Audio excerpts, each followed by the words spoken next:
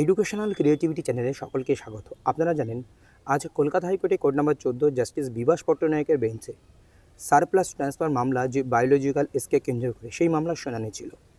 ঠিক 12টার সময় fixed matter ছিল, স্পেশালি ফিক্সড ম্যাটার। তো ঠিক 12টার সময়ই এই মামলার শুনানি হয়। তো এই মামলার শুনানি চলাকালীন অ্যাডভোকেটরা সবাই উপস্থিত ছিলেন। সরকারের পক্ষ থেকে পীযূষ চতুর্বেদী স্যার, লোকনাথ ব্যানার্জি যারা উপস্থিত ছিলেন, এবং পিটিশনারদের পক্ষে সুবীর সান্যাল এবং অব্র স্যার মজুমদার এবং এছাড়া সুদীপ্ত দাশগুপ্ত, ওনারা সকলেই উপস্থিত ছিলেন এবং অন্য যারা ছিলেন তারাও উপস্থিত ছিলেন। তো আজকে বিকাশ রঞ্জন স্যার উপস্থিত ছিলেন না, আপনারা দেখেছেন। তো এই বিষয়ে কী বিষয় উঠে এলো, তো আজকের শুনানিটা এরকমই একটা ডাউট তৈরি করে দিল যে প্রথমে আপনাদেরকে বলে রাখি যে এফিডেভিট জমা নিয়ে একটা সমস্যা হলো। তাছাড়াও যে বিষয়টি উঠে এলো যে 24 তারিখে আবার এই মামলার শুনানি, আগস্টের 24 তারিখ, 26 তারিখ পর্যন্ত তারা কোনো ট্রান্সফার করতে পারবে না, কিন্তু 13 তারিখের মধ্যে তাদের আবেদন কমপ্লিট করতে হবে। তো বিষয়টা হলো আবেদন করা মানে তারা সুযোগ পেয়ে যাচ্ছে। আবেদন করা মানে যদি এই অর্ডার কপি ক্যান্ডিডেটের বিপক্ষে যায়, যারা পিটিশনের বিপক্ষে যায়, তাহলে তারা ট্রান্সফার হয়ে যাবে, নাহলে তারা ট্রান্সফার হবে না, কিন্তু 13 তারিখ পর্যন্ত আবেদন করা যাবে। তো এই মুহূর্তে দাঁড়িয়ে যারা বলেছিল যে আবেদন করব না, কিন্তু তাদের সবাইকেই আবেদন করতে হচ্ছে। কেন আবেদন করতে হচ্ছে? কারণ যদি এই রায় তাদের বিপক্ষে যায়, তারা আবেদন করছে না, তখন অ্যাডমিনিস্ট্রেটিভ গ্রাউন্ডে যে কোনো জায়গায় তাদেরকে ট্রান্সফার করে দেবে। সেই জন্য 13 তারিখের মধ্যে যারা এই সারপ্লাসের মধ্যে পড়ে যাচ্ছেন, তারা অবশ্যই আগামী কালকের মধ্যে আবেদন করে দিন, নাহলে আপনাদের পরবর্তীতে সমস্যা হতে পারে। এই জন্য আবেদন করবেন, কারণ আবেদন প্রক্রিয়া 13 তারিখ পর্যন্ত শেষ হয়ে যাচ্ছে, কিন্তু 26 তারিখ পর্যন্ত আপনাদের কাউকে ট্রান্সফার করতে পারবে না, এটা এফেক্ট করতে পারবে না, এটাই মূলত বিষয়। আর এফিডেভিট কপি যে জমা হয়েছে, বেশ 5টি মামলা, তার মধ্যে 3টি এফিডেভিট কপি জমা হয়েছে, আর 2টি এফিডেভিট কপি জমা হয়নি।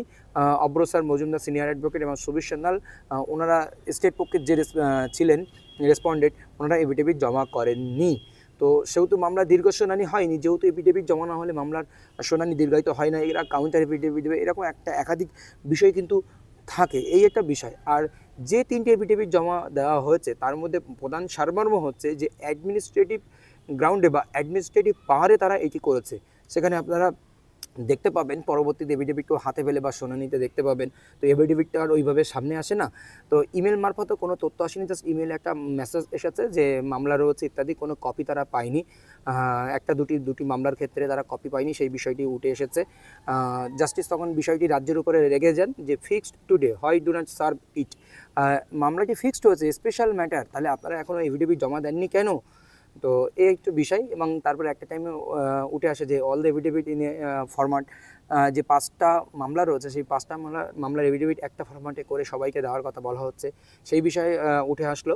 এবং সেই ওটা দেওয়া হবে, সেটা দেওয়া হতে পারে যে 5টা মামলা একসঙ্গে করে, যেহেতু স্টেট হতে পারে অ্যাডভোকেট আলাদা, কিন্তু ব্যাচ অফ অ্যাডভোকেট তো একই, ও তাদেরকে বলা হলো যে একটা করে এফিডেভিট হবেই, একটাই এফিডেভিট হবে সমস্ত মামলার ক্ষেত্রে, কারণ একই জিনিস একই বিষয় উঠে আসবে। নেক্সট উইকে মামলাটি রেখেছেন এবং খুব তাড়াতাড়ি দিয়ে দিতে হবে। এবং চতুর্বেদী স্যার বললেন আমরা 5টা এফিডেভিট আজকের মধ্যে দিয়ে দেবো, এরকম একটা বিষয়। তিনিও বলেন যে আজকে আমরা কপি দিয়ে দেবো, টোটাল 5টা কপি। তো এফিডেভিট যেগুলো দেওয়া হয়েছে সেগুলো টেকেন অন রেকর্ডে রাখা হয়েছে। তো এই হচ্ছে মূলত বিষয়। তো মামলায় আজ দীর্ঘ শুনানি হয়নি, কিন্তু মামলায় এই এফিডেভিট না দেওয়ার জন্য মামলাটি আজ দীর্ঘায়িত হলো না, আজই হয়তো সিদ্ধান্ত হয়ে যেত। কিন্তু এই কলকাতা হাইকোর্টে এক দিনে মামলা ওঠা মানে যে দীর্ঘ টাকা খরচ হয় পিটিশনারদের, সেটা অনেকের বোঝা উচিত।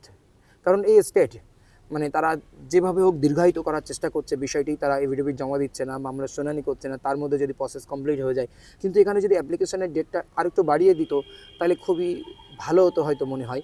তো পিটিশনের পক্ষে অপোজও করার চেষ্টা করেছিলেন, কিন্তু তারপরে ব্যাপারটা বুঝে সেখানে আর বেশি অপোজ করেননি, কারণ অব্র মজুমদার স্যার অপোজ করার চেষ্টা করছিলেন, সুবীর সান্যাল স্যার, তারপরে ব্যাপারটা বুঝে অপোজ করেননি, কারণ আবেদন সবাই করে নেবে 26 তারিখ পর্যন্ত, অর্ডার না হওয়া পর্যন্ত কোনোভাবেই তাদেরকে ট্রান্সফার করা যাবে না। এই বিষয়টি মূলত হচ্ছে। পরবর্তী আপডেট কি আসবে বা কি হবে না হবে, যদি কোনো এফিডেভিট সার্ভ হয়, তথ্য পেলে অবশ্যই আপনাদেরকে জানানো হবে। ধন্যবাদ।